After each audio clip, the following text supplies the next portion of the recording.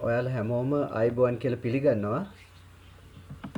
හරි අපි අන්තිමට කතා කරේ පුවත්පත් දැන්වීමක් පළ කරන එක සහ පුවත්පත් දැන්වීමක් ගැන කතා කරා අපි. ඊළඟට අපි කතා කරා බඳවා ගැනීමේ පටිපාටි. ඒකෙදි ඇහුවා මේ කවුරු කෙනෙක් ඇහුවානේ පටිපාටි පරිපාටි කියන එක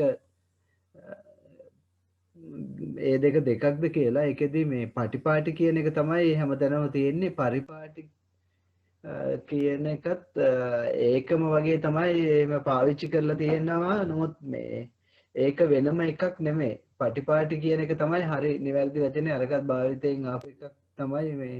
ඒකේ වෙනම ක්‍රමයක් තිබුණ නැහැ. අපි අද ඉක්මනින් මේ අද කතා කරන ටිකක් බලාගෙන යමු. ඊට පස්සේ අපි ප්‍රශ්න ටිකක් කතා කරන්නත් ඕනේ. ඒකම කෙනෙක් ඇහුවා අර මේ එක ප්‍රශ්නයක තියෙන එකක් පාලක සභා පත්‍රිකාවක් හදන එක. මම ඒක පොඩි එකක් හදාගත්තා. අපි ඒකත් අන්තිමට බලමු. අද අපි කතා කරන්න තියෙන්නේ මේ පත් කිරීම සහ උසස් කිරීමට මේ සම්පූර්ණ කරන්න ඕන කොන්දේසි. මේකත් මේ ආයතන සංග්‍රහයේ 3 වෙනි පරිච්ඡේදයේ තියෙන්නේ.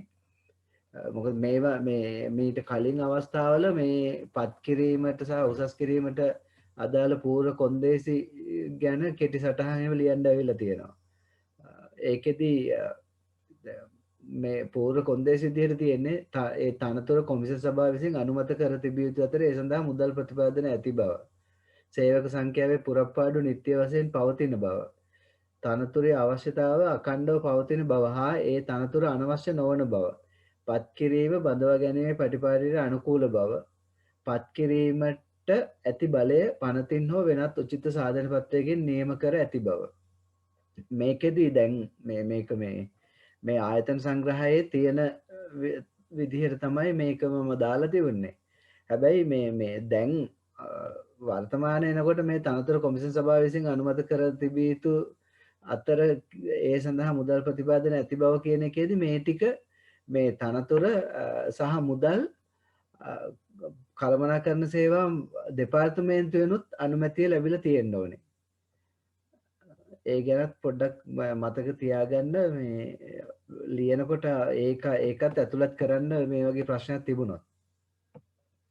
ඊළඟට මේ 23 වෙනි වගන්තිය 3 වෙනි පරිච්ඡේදයේ තියෙනවා වැඩ බැලීමේ පත්වීම. වැඩ බැලීමේ පත්වීම කොමිසම් සභාවේ සභාපතිවරයා රෝගාතුර වීම, විදේශගත වීම හෝ වෙන යම් හේතුවක් නිසා తాවකාලිකව එයාට රාජකාරී කරන්න බැරි වෙලාවට අතිගරු ජනාධිපතිවරයා මේ විසින් ඒ සභාපති වෙනුවට කොමිසම් සභාවේ කෙනෙක් සභාපති විදිහට කටයුතු කරන්න පත් කරනවා. වැඩ බලන පත්වීමක් විදිහට. එහෙම නැත්නම් ඊළඟට විශ්වවිද්‍යාලයක හරි විවෘත විශ්වවිද්‍යාලයේ උපකුලපතිවරයා නිවාඩු ගැනීම, ශ්‍රී ලංකාවෙන් බැහැරව සිටීම, රෝගාතුර වීම, විදේශගත වීම හෝ වෙන යම් හේතුවක් නිසා తాවකාලිකව උපකුලපති තනතුරේ වැඩ ආවරණය කරන්න බැරි වුණාම කොමිසම් සභාව විසින් දින 7ක් ඇතුළත ඒ සඳහා වැඩ බලන කෙනෙක් පත් කරන්න පියවර ගන්න ඕනේ. ඊළඟට විශ්වවිද්‍යාල විද්‍යායතනක අධ්‍යක්ෂවරයා නිවාඩු ගත්තොත්, රෝගාතුර වෙලා හරි ශ්‍රී ලංකාවෙන් බැහැරව ගිහිල්ලා හරි වැනි හේතුවක් හින්දා తాවකාලිකව ඒ අධ්‍යක්ෂ තනතුරේ කටයුතු කරන්න බැරි වුණොත්, ඒ තනතුරේ කටයුතු කරන්න දින 7ක් ඇතුළත කොමිසම් සභාව විසින් මොනවා හරි ඒ කියන්නේ මේ ඒකට සුදුසු පියවරක් ගන්න කොමිසම් සභාව කටයුතු කරන්න ඕනේ. ඒ කොමිසම් සභාව විසින් ඒ දින 7ක් ඇතුළත යම් වැඩ බලන කෙනෙක් පත් කරනකම් අධ්‍යක්ෂකවරයාගේ තනතුරේ ඒ අදාළ විශ්වවිද්‍යාල විද්‍යායතනයේ ලේකම්වරයා විසින් ඒක කටයුතු ආවරණය කරන්න ඕනේ. ඊළඟට ආයතනයක අධ්‍යක්ෂකවරයා කියන්නේ විශ්වවිද්‍යාල ආයතන තියෙනවනේ උපාධි විශ්වවිද්‍යාල පශ්චාත් උපාධි ආයතන, ඒ වගේ ආයතනවල අධ්‍යක්ෂවරයා නිවාඩු ගත්තොත්, රෝගාතුර වීම, ශ්‍රී ලංකාවෙන් බැහැර වීම හෝ වෙන මොනවා හරි හේතුවක් නිසා తాවකාලිකව කටයුතු කරන්න බැරි වුණොත්, දින 7ක් ඇතුළත ඒ ආයතනයේ අනුබද්ධ වෙලා තියෙන විශ්වවිද්‍යාලයේ උපකුලපතිවරයා විසින් සුදුසු පියවරක් ගන්න ඕනේ. ඒ කියන්නේ ඒ වෙනුවට යම් කෙනෙක් වැඩ බලන පත්වීමක් කරලා වැඩ බලන්න පත් කරනකම් ඒ දින 7ක් යන කාලය ඇතුළත අදාළ විශ්වවිද්‍යාලයේ මේ අධ්‍යාපන ආයතනය අනුයුක්ත කරලා තියෙන විශ්වවිද්‍යාලයේ ලේකකාධිකාරිවරයා අර අධ්‍යක්ෂකවරයාගේ තනතුරේ රාජකාරිය ආවරණය කරනවා. ඊළඟට කිසියම් හේතුවක් මත ලේකකාධිකාරිවරයාට తాවකාලිකව සේවයට වාර්තා කරන්න නොහැකි වුණ අවස්ථාවක ඒ තනතුරේ වැඩ බැලීමේ පත්වීමක් ලබා දීමෙන් ආවරණය කරන්න උපකුලපතිවරයා කටයුතු කරන්න ඕනේ. ඒ කියන්නේ විශ්වවිද්‍යාලයේ ඉන්න ජේෂ්ඨම පරිපාලන නිලධාරියෙක් වැඩ බලන ලේකාධිකාරීවරයෙක් විදිහට පත් කරන්න එකට උපකුලපතිවරයා කටයුතු කරන්න ඕනේ. එයාට විශ්වවිද්‍යාල විද්‍යායතනයක ලේකම්වරයාගේ වෙනුවට එයා නිවාඩු අරගෙන හෝ මොනවා හරි හේතුවක් මත తాවකාලිකව වැඩ කරන්න බැරි වුණොත් ඒ විශ්වවිද්‍යාල විද්‍යායතනයේ අධ්‍යක්ෂවරයා විසින් ඔහුගේ නිර්දේශය මත කළමනාකරණ මණ්ඩලය විසින් යෝග්‍ය තැනැත්තෙකු පත් කරන්න ඕනේ. ඊළඟ මූල්‍ය අධිකාරිවරයා භාණ්ඩාගාරිකවරයා ගේ වැඩ මේ මූල්‍ය අධිකාරිවරයා එහෙම නැත්නම් භාණ්ඩාගාරිකවරයා විශ්වවිද්‍යාල විද්‍යායතනයක සේවය ඒ දෙන්නා වෙනුවෙන් ඒගොල්ලන්ට යම් తాවකාලික හේතුවක් නිසා වැඩ ආවරණය කරන්න නොහැකි වුණොත් වැඩ කරන්න බැරි වුණොත් తాවකාලිකව අදාළ විශ්වවිද්‍යාලයේ උපකුලපතිවරයා හෝ විශ්වවිද්‍යාල විද්‍යායතනයේ අධ්‍යක්ෂකවරයාගේ නිර්දේශ මත පාලක සභාව හෝ කළමනාකරණ මණ්ඩලය විසින් සුදුසු කෙනෙක් වැඩ බලන්න පත් කරන්න පුළුවන්. ඊළඟට ගත්තාම මේක විදේශ රටවලින් ආචාර්යවරු පත් කිරීම කියන එක පොඩ්ඩක් වැදගත්. ඒක මතක තියාගන්න. මේක මීට කලින් එක අවස්ථාවක් විතරක් ප්‍රශ්න පත්‍රයක ප්‍රශ්නයක් විදිහට අහලා තියෙනවා. ගොඩක් කලින් මේ සමහරට මේකෙන් මේක දැන් සාමාන්‍යයෙන් ඉස්සරට වඩා සමහර අවස්ථාවල මේ පශ්චාත් උපාධි එහෙම ලංකාවේ තියෙන නිසා ගොඩක් විශ්වවිද්‍යාලවල ආචාර්ය උපාධි ඒ වගේ ඒවා දැන් ආරම්භ වෙලා තියෙන නිසා මේ පිට රටවලින් ආචාර්යවරු පත් කිරීම කරන අවස්ථා තියෙනවා. ඒක නිසා මේ වගේ මේ ප්‍රශ්නයක් එන්න පුළුවන්. මේක චුට්ටක් වැඩි අවධානය යොමු කරලා තියාගන්න. මේකෙදි මේ විදේශ රටවලින් ආචාර්යවරු පත් කරනකොට ආයතන සංග්‍රහයේ 3 වෙනි පරිච්ඡේදයේ 25 වෙනි වගන්තියෙන් මේක ඇතුළත් වෙලා තියෙන්නේ. යම් නම් කරනු ලැබූ විෂයකට විශේෂ ශාස්ත්‍රයකට ස්ථීර පත්වීමක් සඳහා යෝග්‍ය සුදුසුකම් ලැබූ තැනැත්තෙකු නොමැති බව පෙනී ගිය විට ආචාර්යවරයෙකුට එම විශේෂ ශාස්ත්‍රයේ පුහුණුව ලබා දීමට අවශ්‍ය වූ විට එසේ පුහුණුව ලබන කාලය තුලදී එම පුරප්පාඩුව తాවකාලික පත්වීමක් මගින් හෝ බාහිර කාර්ය මණ්ඩලයක් මගින් හෝ ප්‍රමාණවත් ලෙස ආවරණය කර ගැනීමට නොහැකි වූ විට හෝ විදේශ විශ්වවිද්‍යාලයක් සමග එකඟ වූ වැඩපිළිවෙලක් මගින් හෝ යුනෙස්කෝ එක්සත් ජාතීන්ගේ සංවර්ධන ව්‍යාපෘතිය ලෝක සෞඛ්‍ය සංවිධානය බ්‍රිතාන්‍ය මණ්ඩලය වැනි යම් විදේශ ආයතනයක සහයෝගයෙන් හෝ ආචාර්යවරයෙකුගේ සේවය ලබා ගත නොහැකි විට විදේශයෙන් ආචාර්යවරු පත් කරන්න පුළුවන්. එහෙම ආචාර්යවරුන් පත් කරනකොට විදේශයකින් ආචාර්යවරුන් පත් කිරීමේ කාර්යපටිපාටිය ක්‍රියාත්මක කිරීමට පෙර පාලක බල මණ්ඩලය සහ විෂය භාර අමාත්‍යවරයාගේ අනුමැතිය ලබා ගත යුතුයි. ඊළඟට විදේශයන්හි පළ කරන ලද දැන්වීමක් මගින් ආයුධපත් කැඳවා බඳවා ගැනීම කළ යුතු අතර තනතුර පිළිබඳ සවිස්තරාත්මක දැන්වීමක් විදේශ කටයුතු අමාත්‍යාංශය හරහා ශ්‍රී ලංකා මහා කොමසාරිස් කාර්යාලවලට සහ තානාපති කාර්යාලවලට යැවිය යුතුයි. පත්වීම කොන්ත්‍රාත් පදනම මත විය යුතු අතර පත්වීම ප්‍රථම වසර 2 කාලයක් විය යුතු අතර මුළු කාලය වසර 5කට සීමා විය යුතුයි. වැටුප් හා දීමනාද නිවාඩු හා ගමන් වියදම්ද ඇතුළත් පත්වීමේ කොන්දේසි පාලක බල මණ්ඩලය විසින් නිශ්චය කොට කොමිෂන් සභාව විසින් අනුමත කළ යුතුයි. එම කොන්දේසි කොන්ත්‍රාත් ගිවිසුමට ඇතුළත් කරන්න ඕනේ. විදේශ විශ්වවිද්‍යාලයක හෝ විදේශ ආයතනයක සහයෝගයෙන් හෝ විදේශ ආචාර්යවරයෙකු සමග ඇති කරගත් වැඩපිළිවෙලක් අනුව හෝ පත් කරන ලබන විදේශ ආචාර්යවරයෙකුගේ සේවා කොන්දේසි ඒ විශ්වවිද්‍යාලය සමග හරි ඒ විදේශ ආයතනය සමග හරි ඒ විදේශ ආචාර්යවරයා සමග හරි ඇති කරගත් එකඟතාවය හා පාලක බල මණ්ඩලයෙන් ලබාගත් අනුමැතිය ඇතුව තමයි සිද්ධ වෙන්න ඕනේ. වෙනත් ආකාරයකට ගෙවීමට ගිවිසුමේ සඳහන් කොට ඒ සඳහා ලංකා මහා බැංකුවේ අනුමැතිය ලබාගෙන නැත්නම් මිස විදේශ ආචාර්යවරයෙකුට ගෙවියන ලබන සියලුම ගෙවීම් ශ්‍රී ලංකාවේ ව්‍යවහාර මුදලින් ගෙවිය යුතුයි. ඒ කියන්නේ ගෙවනවා නම් අපේ ලංකාවේ මුදල් වලින් ගෙවන්න ඕනේ. එහෙම නැත්නම් මහා බැංකුවේ අනුමැතිය අරගෙන තමයි වෙනත් ඩොලර් හරි වෙන මුදල් ඒකක වලින් ගෙවනවා නම් ගෙවන්න ඕනේ. ඊළඟට අපිට තවත් වැදගත්ම කොටසක් ඔය ප්‍රශ්න කීප අවස්ථාවක අහලා තිබුණා පෞද්ගලික ලිපිගොනුව හෝ ඇතුළත් වේ යුතු දේවල් මොනවද කියලා. පෞද්ගලික ලිපිගොනුවක් පෞද්ගලික ලිපිගොනුවක ඇතුළත් කළ යුතු ලිපි ලේඛන මොනවද කියලා අහලා තිබුණා. ඒක නිසා මම මේකත් විශේෂයෙන් සඳහන් කරේ. ඒකෙදි පෞද්ගලික ලිපිගොනුවක තියෙන්න ඕන දේවල් කොමිෂන් සභාවේ උසස් අධ්‍යාපන ආයතනයේ තනතුරකට පත් කරනු ලැබූ තැනැත්තෙකු ඒ තනතුරේ රාජකාරී වැඩ බාරගත් වහාම ඒ තැනැත්තා වෙනුවෙන් පෞද්ගලික ලිපිගොනුවක් විවෘත කළ යුතුයි.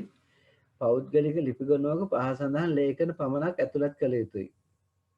මේක මේ ආයතන සංග්‍රහයේ 3 වෙනි පරිච්ඡේදයේ 30 වෙනි වගන්තියේ සඳහන් කරලා තියෙන දේවල් එක පත් කිරීමට අදාළ දැන්වීමේ පිටපත අදාළ අය ඉදිරිපත් කළ අයදුම් පත්‍රය සහ එහි ඇමුණුම් පත්වීමේ ලිපියේ පිටපතක් සහ එහි සඳහන් කොන්දේසි පිළිගත් බවට කරන ලද ප්‍රකාශය කලින් කරන ලද සේවා නියුක්තියන් පිළිබඳ සහතික කරන ලද වාර්තා ඇතනම් මේවා උප්පැන්න සහතිකයේ සහතික කරන ලද පිටපතක් අධ්‍යාපන හා වෙනත් සහතිකවල සහතික කරන ලද පිටපත් වෛද්‍ය වාර්තා අත්සන් කරන ලද ගිවිසුම් පක්ෂපාතීත්වය පිළිබඳ ප්‍රතිඥාව රාජකාරී කටයුතු බාරගත් බව සඳහන් ලිපියක් ඔහුගේ මාරු කිරීම හා උසස් කිරීම වලට අදාළ ලේඛන ඔහුගේ චරිතය ශක්්‍යතාව කාර්යක්ෂමතාව හා රාජකාරී කටයුතු සම්බන්ධ හැසිරීම පිළිබඳව ඇති නිල වාර්තා නිල පරීක්ෂණයකින් පසු ඔහුට නිකුත් කර ඇති ප්‍රශංසා දෝෂාරෝපණ හෝ ඔහුට දී ඇති දඬුවම් පිළිබඳ ලේඛන ඔහුගේ පරිවාස කාලය තුලදී ඔහු සේවයේ ස්ථිර කිරීමට යෝග්‍යතාව පිළිබඳ වාර්ෂික වාර්තා සේවයේ ස්ථිර කිරීම හෝ පරිවාස කාලය දීර්ඝ කිරීම පිළිබඳ ලේඛන වාර්ෂික වැටුප් වර්ධක සහතික සේවයේ ස්ථිර කිරීම උසස් කිරීම කාර්යක්ෂමතා කඩවීම ආදී සඳහා පවත්වන ලද පරීක්ෂණ ප්‍රතිඵල ඇතුළත් ලේඛන උසස් කිරීම හා කාර්යක්ෂමතා කඩවීම සමත් වීම පිළිබඳ ලේඛන අඩ වැටුප් හෝ වැටුප් රහිත නිවාඩු ප්‍රසූත නිවාඩු හා ඉක්ුත් නිවාඩු සම්බන්ධයෙන් ලැබී ඇති වෛද්‍ය වාර්තා ශිෂ්‍යත්ව ප්‍රදාන අධ්‍යාපන පුහුණුවීම් හෝ වෙනත් කාර්යයන් සඳහා දී ඇති විදේශ නිවාඩු සාකච්ඡා හා ඒ සම්බන්ධයෙන් බැඳුම් කර හෝ ගිවිසුම් පත්‍ර අත්සන් කර ඇතනම් මේවායි පිටපත් සේවා කාලයේදී එක්වරක් පමණක් දෙනු ලබන ආපදා ණය ප්‍රදානය කළ ලිපියේ සහතික කරන ලද පිටපතක් සේවයෙන් විශ්‍රාම යැවීම ඉල්ලාස්වීම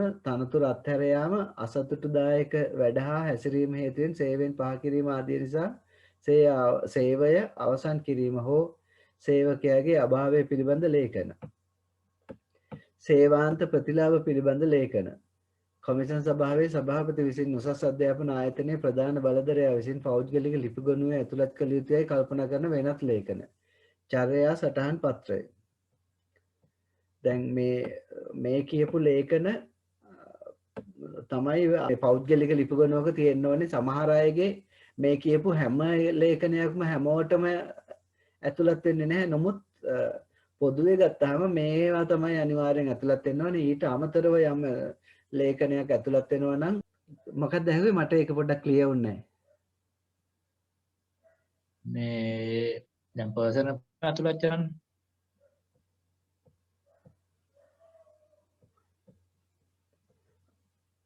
ඔව් පර්සනල් ෆයිල් එකකට ඇතුළත් කරන්න ඕන ලිපි ලේඛන ටික තමයි අපි දැන් මේ කතා කරේ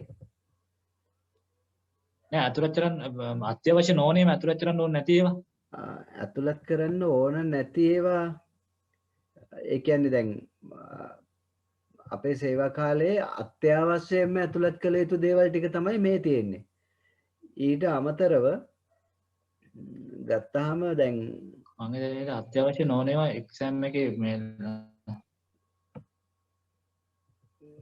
නෑ දැන් අපි බඳවා ගැනීමේ වලදී මේ විභාගයක් තිබ්බනම් ඒ විභාග ප්‍රතිඵල ලකුණු තිබ්බනම් ඒවත් ඇතුළත් කරන්න ඕනේ අපිට දැන් ගත්තාම මේ පත්වීමේ ලියුමට මේ දැන් ඉස්සෙල්ලා කියපු කරුණුත් එක්ක ඇතුළත් නොකළ යුතුයි කරන්න ඕනේ නැහැ කියන කිසිම දෙයක් නැහැ හැම දෙයක් ගැනම ඒ කියන්නේ ඔන්න මෙහෙම ඇතුළත් කරන්න ඕනේ දැන් අපි ගමුකෝ අවුරුද්දකට තියෙනවනේ අපේ නිවාඩු ගන්න ඒවා අපි අවුරුද්ද දැන් ඔය අපේ නිවාඩු 45ක් තියෙනවා සම්පූර්ණ. ඒ නිවාඩු ගන්න ඒවා වගේ නිවාඩු ආයතන පත්‍ර ඒවා ඇතුළත් කරන්න ඕනේ නැහැ. ඒ අරෙන්න බොහෝ දේවල් ලිපි ලේඛන ඇතුළත් කරන්න ඕනේ. ඒකේ තව මොන හරි ගැටලු තියෙනවද අහන්න?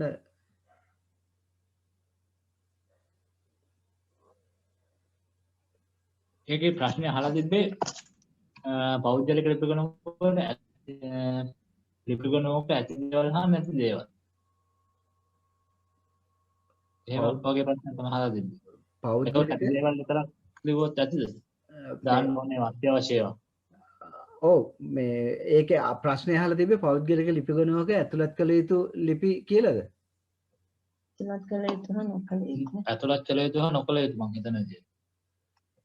සාමාන්‍ය නොකළ යුතු කියන්න ඇතුළත් කළ යුතු ඒවා නම් මේ දැන් අපි කතා කරපු දේවල් තියෙන්නේ. ඇතුළත් නොකළ යුතු දේවල් විදිහට දැන් සාමාන්‍යයෙන් මෙහෙම ඔය දැන් වාර්ෂිකව අපි නිවාඩු ගන්න ඉල්ලුම් පත්‍ර ඇතුළත් කරන්න ඕනේ. මොනවා හරි විනය පරීක්ෂණයක් ඒ වගේ දෙයක් කරනවා නම් ඒ පරීක්ෂණයේ අවසාන මේ අවසානයට දෙන ලිපිය හරි අවසාන පරීක්ෂණයේ වාර්තාවෙන් පස්සේ පාලක සභාව විසින් කරන දඬුවම් පැමිණීම හරි සම්බන්ධ ලියුම ඇරෙන්න අනිත් දේවල් ඇතුළත් කරන්න ඕනේ නැහැ. මොකද ප්‍රශ්නේ මට මතක හැටියට පෞද්ගලික ලිපිගණුවක ඇතුළත් කළ යුතු ලේඛන මේ සඳහන් කරන්න කියලා වගේ තමයි තිබ්බේ නේද? ඇතුළත් කළ යුතු ඒවා විදිහට මේ හැම දෙයක්ම වගේ තියෙනවා. දැන් අපි මම පොඩ්ඩක් ෂෙයා කරන්නම් බලන්න ඒක. ඔව් 2017 ප්‍රශ්න පත්‍රයේ තිබේ පෞද්ගලික ලිපිගණුවකට ඇතුළත් කළ යුතු ලේඛන මොනවද කියලා ලියන්න කියලා තියෙනවා. 2017 පේපර් එකේ පෞද්ගලික ලිපිගණුවකට ඇතුළත් කළ යුතු ලේඛන. එතකොට මේ අර සාමාන්‍යයෙන් නැති ලේඛන මොනවද කියලා අහන්නේ නැහැ. ඒකෙදි මේ අනිවාර්යයෙන්ම තියෙන්න ඕනේ ඒවා. මේ ඔය කාලය ඇතුළත මේ තියෙන ඔක්කොම ලියන්න වෙලා නැති වෙයි. හැබැයි අනිවාර්යයෙන්ම තියෙන්න ඕනේ මතක තියාගන්න ඕන දේවල් තමයි පුවත්පත් දැන්වීම තියෙන්න ඕනේ අදාළ පත් කිරීමට අදාළ.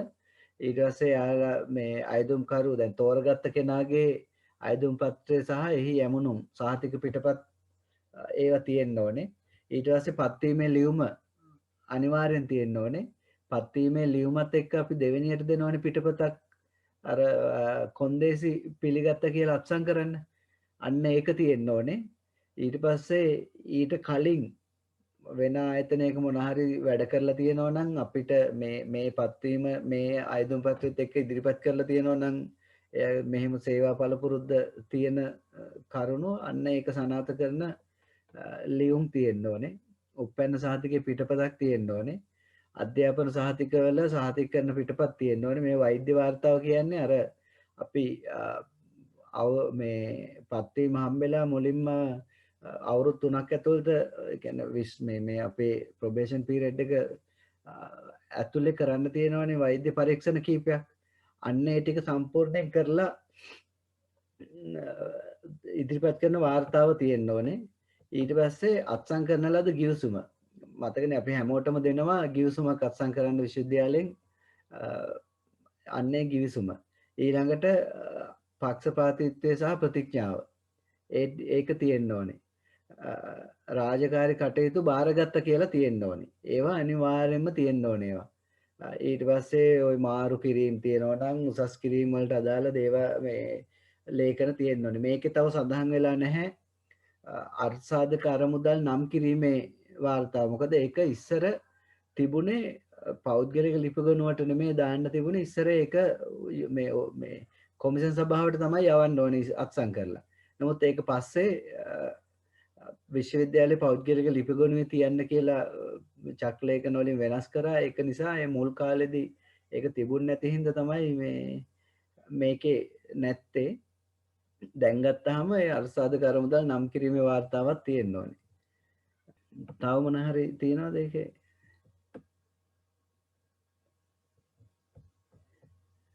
නැත්තම් අපි පාලක සභා පත්‍රිකාව මේ මම මේ දල වශයෙන් හදපු එකක් තියෙන්නේ.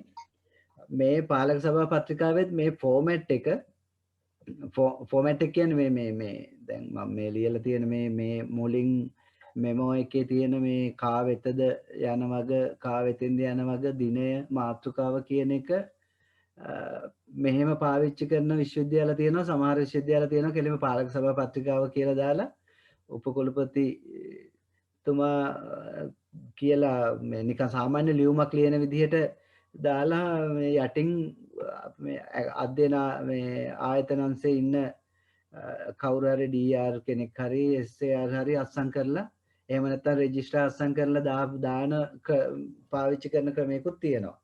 ඒක කොයි විදිහට දැම්මත් ඇතුළත් වෙන්න ඕන කරුණු තමයි වැදගත් වෙන්නේ. මේ අහලා තිබුණේ අර කතිකාචාර්යයාගේ අපිට නිර්දේශات එක්ක ලියන්න කියලා.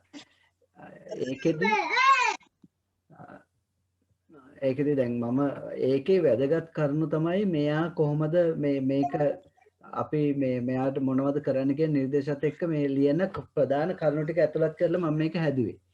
දැන් මම ඒක නිකන් කියවන්නම්. මෙම විශ්වවිද්‍යාලයේ විද්‍යාපීඨයේ භෞතික විද්‍යා අධ්‍යයනාංශයේ ආධුනික කතිකාචාර්ය තනතුරේ සේවය කරන කේ.ඩී. ගුණතුංග මහතා 2014 1 දින සිට මෙම තනතුරේ සේවය කරයි. 1978 අංක 16 දරන විශ්වවිද්‍යාල පනතේ 72 එක්වන වගන්තිය ප්‍රකාරව ආධුනික කතිකාචාර්යවරයෙකුගේ ආධුනික කාලය වසර 3කි. ගුණතුංග මහතාගේ පත්වීම් ලිපියේ 6 වෙනි වගන්තිය මම මෙතන මේ 6 වෙනි වගන්තිය කියලා තියෙන්නේ 6ද කියන්න මතක නැහැ වෙන මොකක් හරි වගන්තියක අපි දානවා පත්වීම් ලියුමෙන් අපි කොන්දේසියක් දානවනේ මේ ආධුනික කාලය ඇතුලේ පශ්චාත් උපාධි පාඨමාලාවක් සම්පූර්ණ කරලා සාහිත්‍ය ඉදිරිපත් කරන්න ඕන කියලා අන්නේ කාරණේ තමයි මෙතෙන්දි කියන්නේ. ගුණතුංග මහතාගේ පත්වීම් ලිපියේ ඒ වගන්තිය මොකක් හරි වැනි වගන්තිය ප්‍රකාරව පෙරකී වසර 3ක ආධුනික කාලය තුලදී පශ්චාත් උපාධි පාඨමාලාවක් හදාරා සාහිත්‍ය ඉදිරිපත් කළ යුතු වන අතර එම කොන්දේසියට ඔහු එකඟ වී ඇත. පත්වීම් ලියුමට පත්වීම් ලියුමේ අර මේ ගිවිසුම විදිහට දෙන දෙවෙනි පිටපතේ අත්සන් කරාට පස්සේ එයා ඒ කොන්දේසි වලට එකඟ වෙනවා. ඊට පස්සේ අපි කියන්න ඕනේ නමුත් ගුණතුංග මහතාට ඔහුගේ ප්‍රථම වසර තුල වසර 3ක මෙතන තුලක කියලා තියෙන්නේ 3ක ආධුනික කාලයේ අවසන් වනතුරු පශ්චාත් උපාධි පාඨමාලාවක් හදාරා සහතිකයක් ඉදිරිපත් කිරීමට අපොහසත් විය. එම නිසා 1978 අංක 16 දරන විශ්වවිද්‍යාල පනතේ 72 එක්වන වගන්තිය කියන්නේ අපි අර ඉස්සෙල්ලා කියපු වගන්තිය මගින් සලසා ඇති ප්‍රතිපාදන මත ඒ මහතාගේ ආධුනික කාලයේ එක් අවස්ථාවකදී වසරක් බැගින් අවස්ථා 5කදී පහත පරිදි ආධුනික කාලයේ දීර්ඝ කරන ලදී. අපි ආධුනික කාලයේ දීර්ඝ කරලා තියෙන්න ඕනේ අවුරුද්දෙන් අවුරුද්ද අර අවුරුදු 3න් පස්සේ. ඊට පස්සේ අන්නේ දීර්ඝ කරපු ටික අපි මේ විදිහට ඇතුළත් කරන්න ඕනේ. දැන් මෙතන උදාහරණයකට එයාගේ 2000 අපි කිව්වේ එයාගේ පත්වීම එයා පටන් ගත්තේ 2014 1 ඉඳන් කියලා. එතකොට 2016 12:31කට අවුරුදු 3 ඉවරයි. ඊට පස්සේ 2017 1 ඉඳන් අවුරුද්දෙන් අවුරුද්ද 2021 12:31 වෙනකන් එයාගේ ආධුනික කාලය අපි දීර්ඝ කරලා තියෙනවා. ඊට පස්සේ අපි කියන්න ඕනේ නමුත් 2021 12:31 දින දක්වාම පශ්චාත් උපාධි පාඨමාලාවක් හදාරා සහතික පත්‍රයක් ඉදිරිපත් කිරීමේ ගුණතුංග මහතා අපොහසත් වී ඇත. විශ්වවිද්‍යාලයේ පනතේ පවතින ප්‍රතිපාදන මත තවදුරටත් ඒ මහතාගේ සේවා කාලය නෙමෙයි මෙතන ඉන්නෝනේ ආධුනික කාලය දීර්ඝ කිරීමට හැකියාවක් නොමැත. තවද උසස් අධ්‍යාපන ආයතන සඳහා වූ ආයතන සංග්‍රහයේ 5 වන පරිච්ඡේදයේ 6 වැනි වගන්තිය ප්‍රකාරව ආධුනික හෝ පරිවාස තනතුරක් දරන ඕනෑම අයෙකුගේ සේවා කාලය අවසන් කළ හැකිය. ගුණතුංග මහතා පත්වීම් ලිපිය මගින් එකඟ වූ පරිදි අවශ්‍ය කොන්දේසි සැපරීමට නොහැකි වීම හේතුවෙන් ඔහුගේ ආධුනික කාලය දීර්ඝ කළ හැකි උපරිම කාලය ලබා දී ඇති අතර තවදුරටත් පත්වීම් ලිපියේ කොන්දේසි සම්පූර්ණ කිරීමට කාලය ලබා දීමට ප්‍රතිපාදන නොමැත. එම නිසා ආයතන සංග්‍රහයේ ප්‍රතිපාදන අනුව ගුණතුංග මහතාගේ සේවය අවසන් කළ හැකිය. එම නිසා ගුණතුංග මහතාගේ සේවය 2021 12:31 දින සිට අවසන් කිරීම සඳහා පාලක සභාවේ අනුමැතියට ඉදිරිපත් කරමි. ඔන්න ඔය කරුණු ටික තමයි පාලක සභා පත්‍රිකාවට මේ ආධුනික කතිකාචාර්යවරයෙක්ගේ සේවය අවසන් කරන්න ඒ කියන්නේ පශ්චාත් උපාධි නියමිත කාලය සම්පූර්ණ කරගත්තේ නැත්නම් කරන්න ඕනේ මොකද්ද කියන ඒ අහපු ප්‍රශ්නට උත්තරේ විදිහට මෙන්න මේ ටික තමයි ලියන්න තියෙන්නේ. මේ ගැන තව මොනා හරි අදහසක් තියෙනවද නැත්නම් ආයතනන්සේ හරි වැඩ කරන කවගේ හරි මීට වඩා තව දෙයක් එකතු කරන්න තියෙනවා නම් තියෙනවද කියන්න මේ එතකොට තව අනිත් අයටත් ඒක වැදගත් වෙයි. ඒකේ තව මොනා හරි තියෙනවද මේ එකතු කරන්න හරි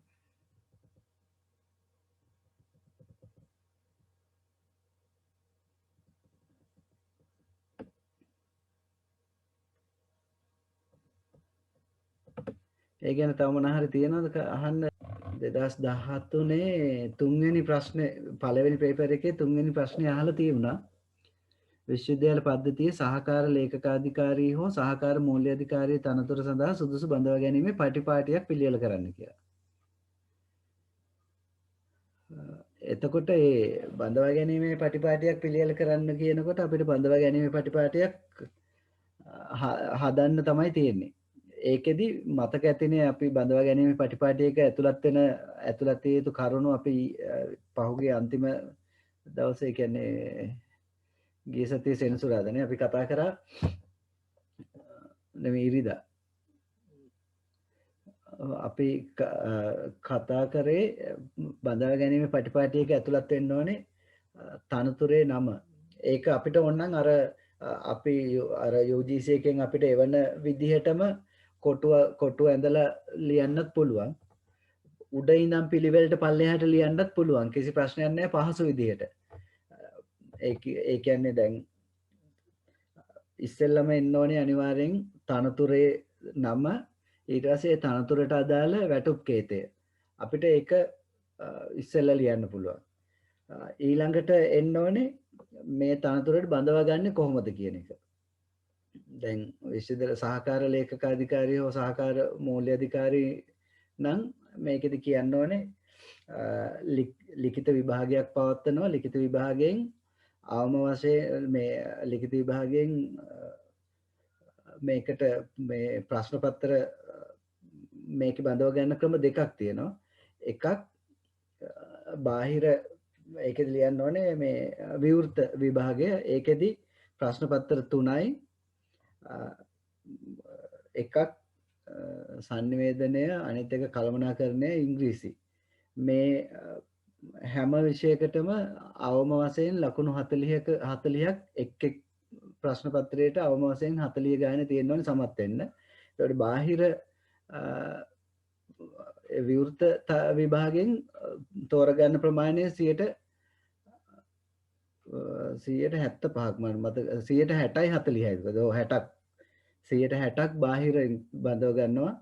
ඊට පස්සේ අභ්‍යන්තර බඳවා ගැනීමේදී කියන්න ඕනේ අභ්‍යන්තර අය විභාගයකින් සහ ඊට පස්සේ එන සම්මුඛ පරීක්ෂණයකින් බඳව ගන්න. ඒගොල්ලන්ගේ අභ්‍යන්තර කැඳවනකොට ප්‍රශ්න පත්‍රය 3යි. එක් ප්‍රශ්න පත්‍රයකට අවම වශයෙන් ලකුණු 40 බැගින් තියෙන්න ඕනේ. එතකොට ඒ අය තමයි සම්මුඛ පරීක්ෂණයට කැඳවන්නේ. මේ ප්‍රශ්න පත්‍ර 3 වෙන්නේ එකක් විශ්වවිද්‍යාලයට අදාළ නීති හා විශ්වවිද්‍යාලයට අදාළ නීති, අනිත් එක විශ්වවිද්‍යාලයේ අනපනත් හා කෙටුම්පත්, ඊළඟට ඉංග්‍රීසි. ඒ ප්‍රශ්න පත්‍ර 3 මේ වගේ එතකොට බඳවා ගන්න මුළු ප්‍රමාණය 40යි පුරපාඩු වලින් 40යි. ඒ බඳව ගන්න ක්‍රමය. ඊළඟට සූසුකම් ඉස්සෙල්ලාම කියන්න පුළුවන් සහකාර ලේකකාධිකාරී තෝරගත්තා නම් ඉස්සෙල්ලාම කියන්න පුළුවන් පළමු හෝ දෙවන පන්තියේ ඉහළ සාමාර්ථයක් සහිත උපාධි පාඨමාලාවක් සම්පූර්ණ කර තිබීම සහ වසරක පළපුරුද්ද. ඊළඟට අපිට කියන්න පුළුවන් මොකද්ද මේ තව එකක් අපිට කියන්න පුළුවන් සාමාන්‍ය උපාධි පාඨමාලාවක් සමග වසර දෙකක පශ්චාත් උපාධි පාඨමාලාවක් සම්පූර්ණ කර තිබීම. ඊළඟට දෙවෙනි ශ්‍රේණියේ කළමනාකරන හෝ ඊට ඉහළ කළමනාකරන සහකාර තනතුරක සේවය කරන කෙනෙක් වීම. ඒ වගේ අපිට සුදුසුකම් ටික ඇතුළත් කරගෙන යන්න පුළුවන්. එහෙම තමයි බඳවා ගැනීමේ පටිපාටියේ ලියනකොට ඇතුළත් ලියන්න තියෙන්නේ.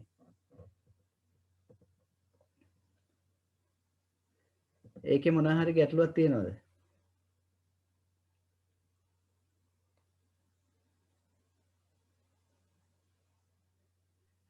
අයියේ එතකොට මේ බඳවා ගැනීමේ ওই පටිපාටියට අනුව මේ බඳවා ගැනීම නෙවෙයිද එතකොට මේ මොකද්ද මේ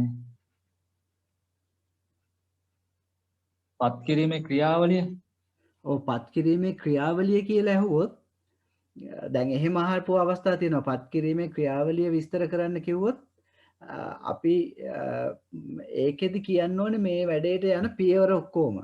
ඒක එතකොට පරිපාටියද? එතකොට ඒක පරිපාටිය නේද? නෑ ඒක මෙහෙම මම ඔය ඔක මමත් හෙව්වා. මම තව දන්න අයගෙනුත් ඇහුවා. ඒ කවුරුත් හරියට මේ පරිපාටිය කියන එක හරියට මේ මටත් හොයාගන්න බැරි වුණා. ඒක පරිපාටිය පටිපාටිය මොන හරි පාවිච්චි මොකක් හරිද දන්නේ නැහැ. හැබැයි ඔයා අහපු විදිහේ ප්‍රශ්නයක් මේ AR ලා ගන්න පේපර් එකක තිබුණා. මට ඒ හොයනකොට හම්බුණා. ඒකෙදි තිබුණා මට ආධුනික කතිකාචාර්යවරයෙක් වැඩ බාර ගන්න අවස්ථාව දක්වා පත් කිරීමේ අනුගමනය කරන ක්‍රියා පිළිවෙත විස්තර කරන්න කියලා. ඒකත් මං පොඩ්ඩක් කියන්නම්. මොකද ඒකත් අහපු එකත් හොඳයි. මොකද මේ අරකට සමාන වගේ ප්‍රශ්න මේකේ යනවා ගොඩක් වෙලාවට. ඒකෙදි ඒක පරිපාටිය කියලා එහෙම හඳුන්වලා තිබුණෙත් නැහැ. ඒක නිසා දැන් ඒක මේ අරකටමද කියන්නේ මෙහෙමද කියන එක මටත් ඒක ගැන චුට්ටක් හරියටම මේ කියන්න මේ ඇත්තට මම මේක දැන් 100%ක්ම ඔක්කොම දැනගෙනම නෙමෙයි මම දන්න මට්ටමින් ඒ කරන්න පුළුවන් යමක් බැලුවේ. මේ හැබැයි මට දැන් තේරුණ ගොඩක් බලනකොට හම්බුන දේවලුත් එක්ක මම දැක්කේ මේ පරිපාටිය කියන එක හරියට මොකක්ද කියලා නැහැ. ඒක ගොඩක් තැන්වල එහෙම විශේෂ සඳහන් වීමකුත් නැහැ.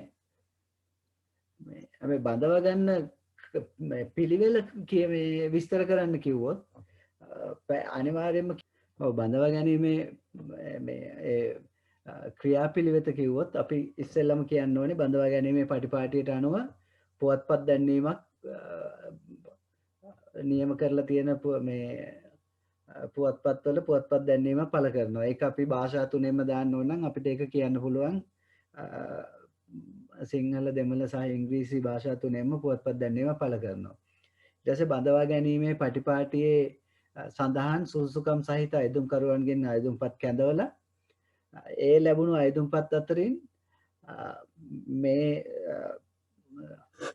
බඳවා ගැනීමේ පටිපාටියට අනුව තියෙන අවම සුසුකම් ටික තියෙන අය අවම සුසුකම් වල ඉඳන් ඉහළට තියෙන සුසුකම් තියෙන සියලුම අය අපි බඳවා ගැනීමේ පටිපාටියේ අදාළ තනතුරේ කියලා තියෙනවා නම් විභාගයක් තියන්න ඕනේ කියලා තියලා සම්මුඛ පරීක්ෂණයක් කරන්න කියලා අපි එතකොට ලියන්න ඕනේ ඒ අය ප්‍රථමයෙන්ම විභාගය සඳහා කැඳවනවා. ඒ විභාගය සමහර වෙලාවට මේ ප්‍රායෝගික එකක් වෙන්න පුළුවන් නැත්නම් ලිඛිත එකක් වෙන්න පුළුවන්. ඒතකොට ඒ අනුව අපිට හිතෙන විදිහට ප්‍රායෝගික එකක් නම් අපිට කියන්න පුළුවන් ප්‍රායෝගික විභාගයකට කැඳවනවා. එහෙම නැත්නම් මේ ලිඛිත විභාගයකට කැඳවනවා. ඊට පස්සේ බඳවා ගැනීමේ පටිපාටියට අනුව මෙච්චර ලකුණු ප්‍රමාණයක් දල වශයෙන් මතක තියෙනවා නම් මේ ලකුණු ප්‍රමාණයක් තියෙනවා. එහෙම නැත්නම් මතක නැත්නම් කියනවනේ එයින් සමත් වෙන අය සම්මුඛ පරීක්ෂණයකට කැඳවලා සම්මුඛ පරීක්ෂණ නිශ්චිත උචිත සාධන පත්‍රයක සඳහන් කරලා තියෙන සම්මුඛ පරීක්ෂණ මණ්ඩලයක් ඉදිරියේ සම්මුඛ පරීක්ෂණයට භාජනය කරලා එයින් වැඩි ලකුණු ගන්න අනුපිළිවෙල මත අදාළ තෝරගත් අයගේ පත්වීම සඳහා පාලක බල මණ්ඩලයට ඉදිරිපත් කරනවා. ඊට පස්සේ පාලක බල මණ්ඩලය විසින් මෙයා පත් කිරීමට නිර්දේශ කරාට පස්සේ එයාට පත්වීම් ලිපිය නිකුත් කරනවා. ඒ පත්වීම් ලිපිය නිකුත් කරයින් පස්සේ පත්වීම් ලිපියේ කොන්දේසි වලට එකඟව පත්වීම බාර ගන්න කැමති කියන එකඟතාවය මත අදාළ පුද්ගලයා සේවයට වාර්තා කිරීමෙන් සේවයට වාර්තා කරනවා කියන කාරණයට එනකන් ලිව්වට පස්සේ තමයි ඒක මේ ක්‍රියාපටිපාටි අවසන් වෙන්නේ. වැඩ බාරගත්තට පස්සේ ඒ පත් කිරීමේ ක්‍රියාපටිපාටිය අවසන්. අන්න ඒ ටික එහෙම ලියන්න ඕනේ පත් කිරීමේ ක්‍රියාපිළිවෙත විස්තර කරන්න කියලා කිව්වොත්. ඒක ක්‍රියාපටිපාටිය නේ එතකොට. ඔව් එතකොට ඒක බඳවා ගැනීමේ පටිපාටිය නෙමේ ඒ පත් කිරීම සඳහා අනුගමනය කරන ක්‍රියාපිළිවෙත ක්‍රියාපටිපාටිය සමහර අය පරිපාටිය කියලා පාවිච්චි කරනවා ඇති. එතකොට වෙන්න ඕනේ අර මේ ප්‍රැක්ටිකලි කරන ටික ලියන්න ඕනේ ඒක. එහෙම ප්‍රශ්නයක් මේ AR පේපර් එක අහලා තිබුණා. ඒක අහපු එක හොඳයි සමහරට මේකට උනත් එන්න බැරි නෑ. thank you අයියේ. තව මොකක් හරි අහුවනේ කවුරු හරි. අය අර බඳවා ගැනීමේ පරිපාටිය ආයි පාරක් චුට්ටක්. බඳවා ගැනීමේ පටිපාටියේදී ප්‍රධාන වශයෙන් ඇතුළත් වෙන්න ඕන කරුණු 3ක් තියෙනවා. එකක් තමයි තනතුරු නාමය සහ වැටුප් කේතය. ඊළඟට බඳවා ගන්න පිළිවෙල, ඊළඟට සුදුසුකම් හා පළපුරුද්ද. ඔය කොටස් 3 තමයි බඳවා ගැනීමේ පටිපාටියක ඇතුළත් වෙන ප්‍රධාන දේවල් ටික. එතකොට දැන් අපි මොනවා හරි තනතුරක් දීලා බඳවා ගැනීමේ පටිපාටියක් සකස් කරන්න කිව්වොත්, සුදුසු බඳවා ගැනීමේ පටිපාටියක් සකස් කරන්න කිව්වොත් අපි ඉස්සෙල්ලා ලියනවා ඒ අදාළ තනතුරේ නම. දැන් සහකාර ලේකකාධිකාරී නම් අපි ඉස්සෙල්ලා කතා කරපු එකම කතා කරොත් නම ලියනවා. ඊට පස්සේ වැටුප් පරිමාණය. ඒ වැටුප් පරිමාණය ඒගොල්ලන්ගේ වෙන්නේ UEX 4 කියලා දාමුකෝ. එතකොට දැන් තනතුරු නාමයයි වැටුප් පරිමාණයයි හරි. ඊළඟට බඳවා ගන්න ක්‍රමය. ඒකෙදි දැන් අපි දන්නවනේ සහකාර ලේකකාධිකාරීවරු බඳව ගන්නවා විවෘත 60%කුයි අභ්‍යන්තරයෙන් 140කුයි. අපි එතකොට ඉස්සෙල්ලා ලියනවා විවෘත බඳවා ගැනීම විවෘත මුළු පුරප්පාඩු වලින් 60%යි. ඒගොල්ලන්ට ඉස්සෙල්ලාම පවත්වන විභාගයකින් විභාගයක් පවත්වන විභාගයට පහත ප්‍රශ්න පත්‍ර ඇතුළත් විභාගයක් පවත්වනවා. ඒ විභාගයෙන් එක් ප්‍රශ්න පත්‍රයකට එක් ප්‍රශ්න පත්‍රයට අවම වශයෙන් ලකුණු 40ක් ගන්න අය සම්මුඛ පරීක්ෂණය සඳහා කැඳවනවා කියලා ප්‍රශ්න පත්‍ර 3 ලියනවා. මට මතක හැටියට කළමනාකරණය තියෙනවා, අනිත් එක සංනිවේදනය තියෙනවා. ඊට පස්සේ ඉංග්‍රීසි භාෂාව. ඊට පස්සේ අභ්‍යන්තර බඳවා ගැනීම වලදී ඒකෙදි කියනවා ඒත් මුළු පුරප්පාඩු වලින් 30%යි 140යි. ඒ සඳහා ප්‍රථමයෙන්ම අයදුම්පත් කැඳවන අය විභාගයකට ඉදිරිපත් වෙන්න ඕනේ. විභාගයෙන් එක් ප්‍රශ්න පත්‍රයට අවම වශයෙන් ලකුණු 40ක් ගන්න අය සම්මුඛ පරීක්ෂණයට කැඳවනවා කියලා ප්‍රශ්න පත්‍ර ටික ලියන්න ඕනේ. ඒකේ මොක විශ්වවිද්‍යාලයට අදාළ නීති, අනිත් එක විශ්වවිද්‍යාල අනපනත් සහ ඉංග්‍රීසි භාෂාව කියලා ලියලා ඊට පස්සේ සුදුසුකම් පැත්තට යනවා. සුදුසුකම් පැත්තේදී විවෘත එකට අපිට මේ විවෘත අවස්ථාවේදී ඔන්නම් අපිට ඒ පළවෙනි කොටස හරි ඒ හරි කියලා කියන්න පුළුවන්. විවෘත එකට අදාළව ලියනවා පළමු පෙළ හෝ දෙවෙනි පෙළ ඉහළ පන්ති සාමාර්ථයක් සහිත උපාධි පාඨමාලාවක් සම්පූර්ණ කර තිබීම සහ වසර එකක පළපුරුද්ද. ඊට පස්සේ අපිට ඊළඟට කියන්න පුළුවන් සාමාන්‍ය උපාධි පාඨමාලාවක් සමග පශ්චාත් උපාධි පාඨමාලාවක් සම්පූර්ණ කර තිබීම හා වසරක පුහුණුව කියලා ඒ දෙක දාන්න පුළුවන්. අභ්‍යන්තර බඳවා ගැනීම කොටසට ලියන්න පුළුවන් දෙවෙනි ශ්‍රේණියේ කළමනාකාර සහකාර තනතුරක හෝ ඉන් ඉහළ තනතුරක සේවය කරන විශ්වවිද්‍යාලය හෝ උසස් අධ්‍යාපන ආයතනයේ අභ්‍යන්තර සේවකයෙකු වීම කියලා මේ ඒ සුදුසුකම් ටික දාන්න පුළුවන්. 2013 6 ප්‍රශ්නය අහලා තිබුණා මේ විශ්වවිද්‍යාල පද්ධතියට අදාළව ඔබ කැමති තනතුරක් සඳහා පුවත්පත් මගින් අයදුම්පත් කැඳවීම සඳහා සුදුසු දැන්වීමක් පිළියෙල කරන්න. ඇත්තට පුවත්පත් දැන්වීමක් මේ ඔය අපි ඔක්කොම ෂෙයා කරලා තිබුණානේ මේ ගෲප් එකේ. යන්නේ දැන්වීමක් ආපහු හොඳට කියව ගන්න. මම නිකන් අඩංගු වෙන්න ඕන දේවල් ටික කියාගෙන යන්නම්. එතකොට අරක කියවන එකත් එක්ක තව චුට්ටක් අදහසක් එයි. දැන් පුවත්පත් දැන්වීමක් අපි මොනවා හරි තනතුරකට දානකොට ඉස්සෙල්ලාම ඇතුළත් වෙන්න ඕනේ උඩින්ම අපි උසස් අධ්‍යාපන ආයතනයේ නම මොකක්ද කියන එක, ඊට පස්සේ පුරප්පාඩු, ඊළඟ ඡේදයක් ලියන්න ඕනේ මේ පහත් සඳහන් තනතුර සඳහා සුදුසු රටේ පුරවැසියන්ගෙන් අයදුම්පත් කැඳවනවා කියලා. ඊට පස්සේ අපි අදාළ තනතුර මොකක්ද අපිට ඒ දැන් උදාහරණයකට අපි කමුකෝ කළමනාකරන සහකාර පරිගණක යෙදවුම් සහකාර බඳව ගන්නවා කියලා. අපි යනවා පරිගණක යෙදවුම් සහකාර කියලා. එතෙන් ඊළඟට අපිට ඕනනම් අපිට දාන්න සමහර විශ්වවිද්‍යාල මේ පාවිච්චි කරනවා ඒකත් එක්කම වැටුප් කේතය සහ වැටුප් පරිමාණය. වැටුප් කේතය UMN 3 හරි 4 3 ඒ වගේ දාන්න පුළුවන්. වැටුප් පරිමාණය දාන්න පුළුවන්. එහෙම නැත්නම් තනතුරු නමට පස්සේ සුදුසුකම් දාලා ඊළඟට වැටුප් කේතය සහ පරිමාණය දාන්නත් පුළුවන්. කිසි ගැටලුවක් නැහැ. දැන් ඊළඟට සුදුසුකම් දාපුවාම පරිගණක යෙදවුම් සහකාරයකට අපිට කියන්න පුළුවන් උසස් පෙළ විෂයන් 3කින් සමත් වෙලා තිබිය යුතුයි. අවුරුද්දක පරිගණක පාඨමාලාවක් හදාලා තියෙන්න ඕනේ. ඒ වගේ කරුණු ටිකක් අපිට දාන්න පුළුවන්. ඊට මේ සුදුසුකම් ටිකක් අපිට ගැළපෙන විදිහට හදලා කල්පනා කරලා ඉවරලා දාන්න.